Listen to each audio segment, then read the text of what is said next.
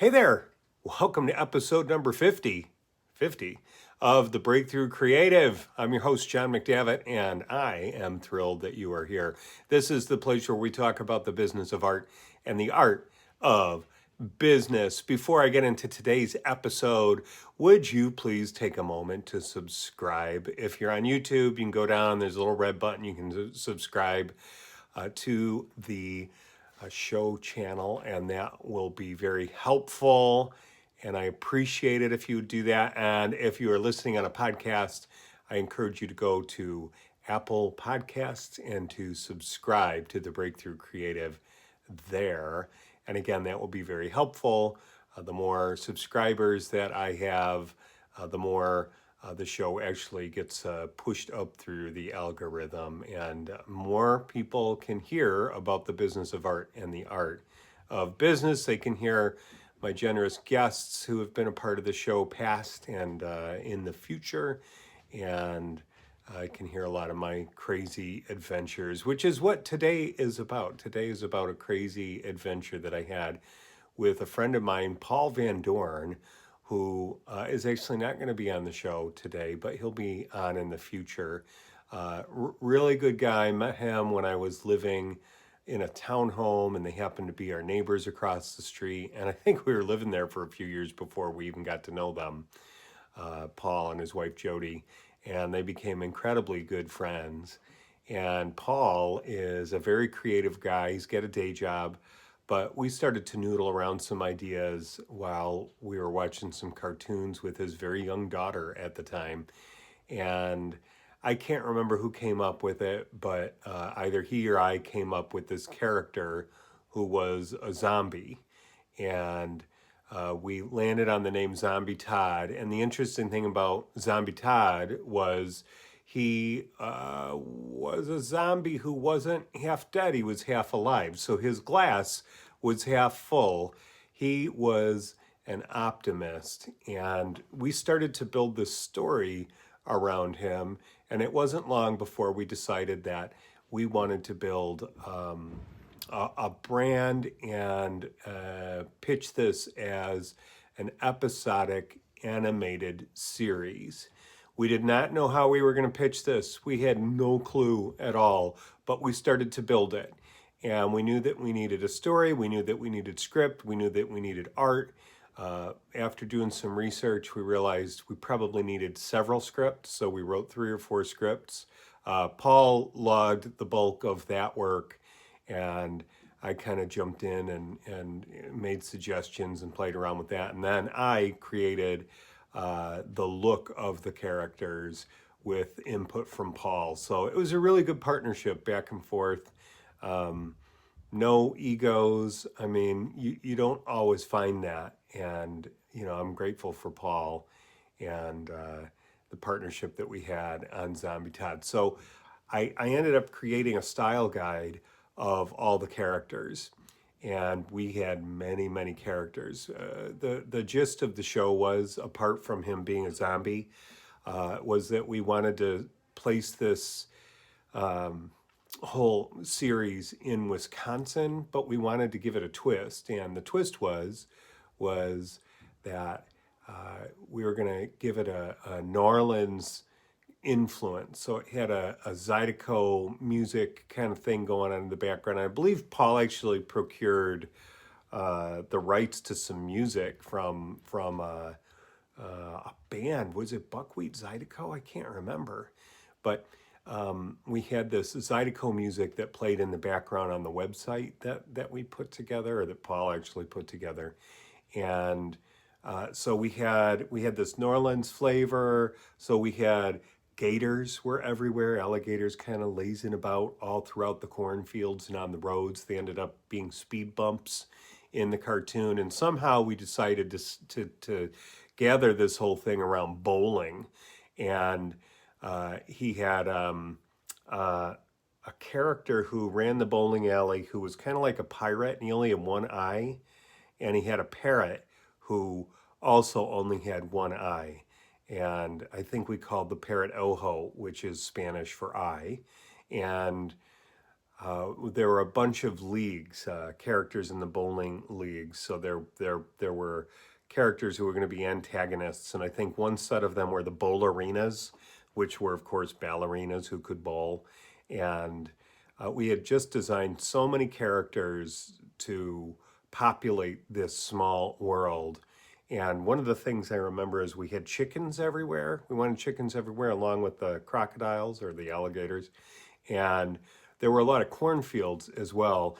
And we mixed in red peppers, hot red peppers, into the cornfields. Is it a New Orleans thing? I don't know. I don't think so. I think that those hot peppers might come from somewhere else, but you can tell how much research we actually did to figure out what belonged where. Really, we were going for a feel, and we wanted it to be an uplifting, fun world that could play episodically on Nickelodeon would have been ideal, but we were open to whomever. So we put this package together where I had the style guide art of all these characters, and we had several scripts, and we had an overview of the entire series. And if somebody had been interested in it, we would have been ready to go. Now, how do we get this stuff in front of people in power to greenlight a project like this? That was the big question. And we knew we wanted to get it in front of Nickelodeon. We knew we wanted to get it in front of Cartoon Network. I didn't even know at the time that Universal had an animation program. I think at the time they were in the midst of Curious George, the PBS TV series, on the heels of the Curious George movie, theatrical movie. And then there was, I can't remember if I mentioned Disney or not, but so we had these 4 or 5 animation houses that we knew we wanted to get in front of. And I have a buddy who has been in the film industry and has a soft spot in his heart for animation. And I was speaking with him, my buddy Johnny, and he had a contact at Universal Animation. So we got in touch with him, and he asked us to send our work out to him. And then somehow Paul and I got the names and addresses of the contacts that we would need at Disney, at Cartoon Network, and at Nickelodeon to send a package out. Now, my fear was I was going to send a package out and it was just going to go unnoticed. You know, it'd just be another script. It'd just be another set of art. And, you know, so what? They look at hundreds of those things every day, or hundreds of those things pass through their offices. They don't ever look at it. So it was important that we were noticed. And, you know, I noodled that for a little while, and I can't remember, again, whose idea it was, if it was something Paul and I came up with together, but I'll say we did. And I made a poster, and it had Zombie Todd, and he was a skateboarder dude too. So he had this skateboard that had a rocket on the bottom of it. And I had him blasting through the cornfield, and with all the red peppers as well growing next to the corn, and a bunch of chickens kind of getting knocked out of the way. So it was this very dynamic poster. And what I did is I took Zombie Todd's silhouette out of the poster. So it was just white. I think I may have had dashed lines around it. And at the top of the poster, in big Raiders of the Lost Ark poster looking letters, I wrote, "It's coming," and ... And so I thought that would be an intriguing poster to deliver to the art directors, the people in the position of authority. And I bought these tubes that I could fold these posters up into, or roll these posters up into. And then the last thing I did, apart from, I don't even think I put a note in there. I think I was going to keep it really, really kind of mysterious, because I liked the idea of mystery. And I went and I bought a bunch of chicken feathers and plastic red chili peppers. And I stuffed the poster tubes with the feathers and the red chili peppers, of course, after I put the poster in. And I sealed it up and I mailed it off to the people. And I figured somebody would get this and they would open it carefully and kind of be like, whoa, what's all this? And they'd get the poster out and be like, huh. And it would pique their interest and be mysterious. Or they would just open it up and everything would pour out onto their desk and it would make a mess. But it would be a story that they would never, ever, ever forget. And I figured even if they were mad about it, whatever. I want to be noticed. Paul wanted to be noticed, so we agreed that that was the way to go. So we sent those out, and then after we sent those out, about a week later, maybe it was less than that, 3 days later, we sent the package out. And the package had the full poster of Zombie Todd without him taken out, and it didn't say it's coming. It just said Zombie Todd with the big logo that I created for Zombie Todd, along with the 3 scripts, along with all the artwork, along with everything, right? And we got responses from everybody. Everybody responded. And it was very interesting because from Cartoon Network, from Disney, and from the third one, not Universal. I can't think of what it was. The responses from Disney, for instance, was, "We really like this. This is fantastic. It seems a little bit old for us. You might want to try Cartoon Network." Cartoon Network said, "Oh, this is really good. We really love this." I'm paraphrasing, but this seems a little bit young for us. You might want to try Nickelodeon. And Nickelodeon, "Wow, we really love this. This is fantastic. Thanks for sharing. We think that this might be a little bit old for us. You might want to try Cartoon Network." So they were all seeing another network as a potential landing place for Zombie Todd. And we got an invitation out to Universal. So I flew out to LA and I went to Universal. The building is right next to Universal Studios, the theme park. And I remember I checked in and I went up to whatever floor it was. And my contact greeted me, really nice guy. And I sat with him for a while and we talked about the property. And he said it wasn't for them at that moment, but they'd be interested in looking at anything else that Paul and I put together in the future.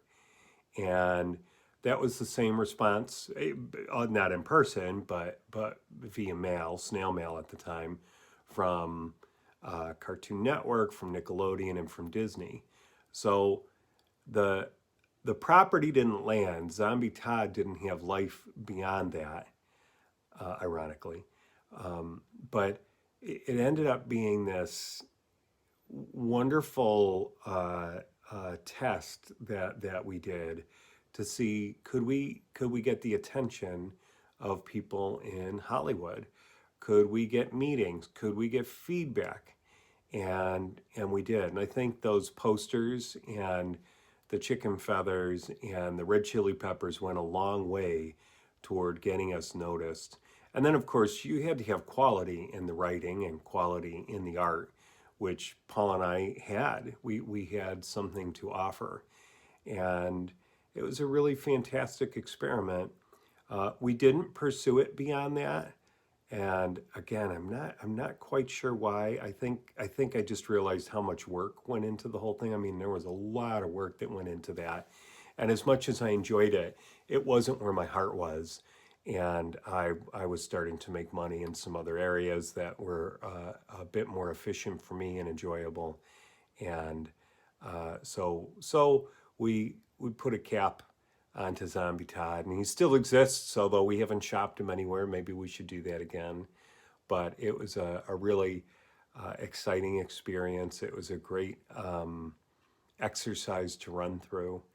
And this would be my encouragement to you, to any of you out there. If you're creating a property, an animated property, or any kind of property or a brand, think of unique ways that you can get in touch with people who are in authority in companies that might want to work with you, that they might, like, all your dreams aligned, who would you want to work with? Well, reach out to them. And you may need to do it in a way that gets you noticed. Now, the thing that I did with the poster and with the hot chili peppers and with the feathers, that may not be everybody's bag. I'm comfortable doing things like that. And, I might not do that though for every potential client. So, you need to be smart about it. You don't want to be a nuisance. You don't want to be a jerk. You don't want to send live spiders or anything crazy like that if you have some kind of a horror thing you're working on, or, if you're working on something for Easter, you don't want to send somebody 20 bunnies, although they'd probably never forget it. But what can you do to get yourself noticed and get your foot in the door? And once you do that, make sure that you've got something to offer. You want to make sure that if you set yourself up as something extraordinary, that you deliver. Okay, at least the quality. Even if they're not interested in that particular property, man, you can really develop some good relationships by doing something like that. So I encourage you, if you're working on something like an animated show that you want to pitch, or you have artwork that you want to pitch to a company to use for a toy line, or if you've got some music you're writing and you want to pitch it to a recording studio or a label, or whatever it is that you're doing. You're a writer and you've got this novel, whatever you're doing, you get the picture, you get the point, right? Do something to help yourself stand out, because people want to work with people who give them good stories, and people who are extraordinary and maybe even peculiar and quirky, right? There's something about that. I'm not saying that you got to manufacture it, but give people something to remember. Okay. So, yeah, that's it for episode 50. It was fun just to come in here and just ramble off that old memory and that story. I really enjoyed that time working with Paul. I really enjoyed the time creating the look of all the characters and designing them and rendering them out. And it was a chunk of work, and for Paul with the writing. And I really enjoyed the trip to LA and hobnobbing with some people high up in these studios. And yeah, it's amazing what you can do if you put yourself out there and you put some really good work behind it and you add a little bit of mystery. All right. All right. For the Breakthrough Creative, I'm your host, John McDavitt, and I hope that you get about the business of moving forward in whatever it is that you want to do in your creative career. Okay? I'll see you next time. Cheers.